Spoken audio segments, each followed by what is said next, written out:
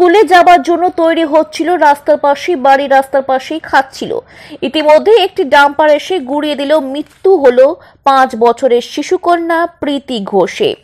এলাকায় উত্তেজনা, বিক্ষোভ।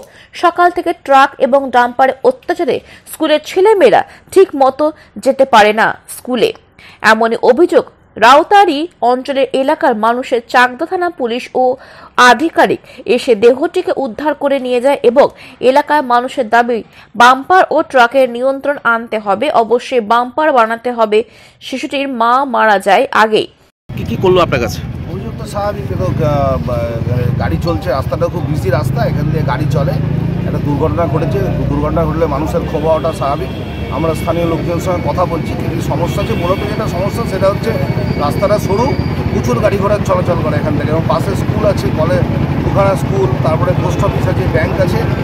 স্পিডকে কন্ট্রোল করার জন্য যা যা ব্যবস্থা গ্রহণ করা দরকার আমরা সেগুলো দিচ্ছি। স্যার, প্রচুর পরিমাণ স্কুল সময়ে প্রচুর দেখুন, গাড়িও চলবে, লোকও যাবে, স্কুলও থাকবে, ব্যাংকও থাকবে, সমস্ত কিছু মাথায় রেখেই আমাদের ব্যবস্থা গ্রহণ করতে হবে। দুর্ঘটনা আপনিও চান না, দুর্ঘটনা আমিও চাই না। দুর্ঘটনা ঘটেছে, স্থানীয় মানুষের যেমন খুব দুঃখ আছে, আমাদেরও, আমরা পুলিশ হলেও তো আমরা মানুষ, আমাদেরও খুব দুঃখ আছে। আমরা সকলে মিলেই চেষ্টা করবো যেন দুর্ঘটনাকে আমরা এড়াতে পারি। ঘটনা হয়েছিল সকাল তখন 9:50 বাজে। সেই মুহূর্তে আমি এখানে বাজার করতে যাচ্ছিলাম, মানে মোটর বাইক দিয়ে।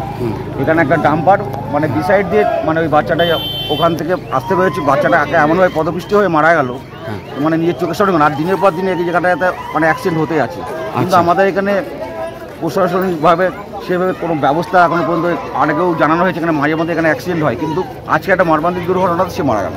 ঠিক, বাচ্চাটার বয়স 7 বছর। বাচ্চাটার বয়স 7 বছর। আচ্ছা, এটা কোথায়, ঘটনাটা কোথায় ঘটলো?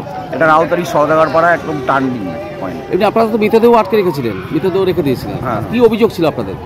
আমাদের অভিযোগ ছিল এখানে আমাদের যতক্ষণ পর্যন্ত এখানে ডিক্লেয়ার না করবে, রাস্তাঘাটের ব্যবস্থা ভালোভাবে না করবে, আর আমাদের এখানে যতটা এখানে মানুষ, প্রত্যেকটা মানুষ প্রায় ডিপ্রেশনে ভোগে, মানে এই রাস্তাঘাটের জন্য। মানে দিনের পর দিন একটা করে একটা অ্যাক্সিডেন্ট হতে, কিন্তু আজকে মর্মান্তিক অ্যাক্সিডেন্টে একজন মারাই গেল, তার একটা ছোট্ট শিশু হারিয়ে গেল। আইসি সাহেব তো এসেছিলেন, তাকে কি বললেন আপনারা?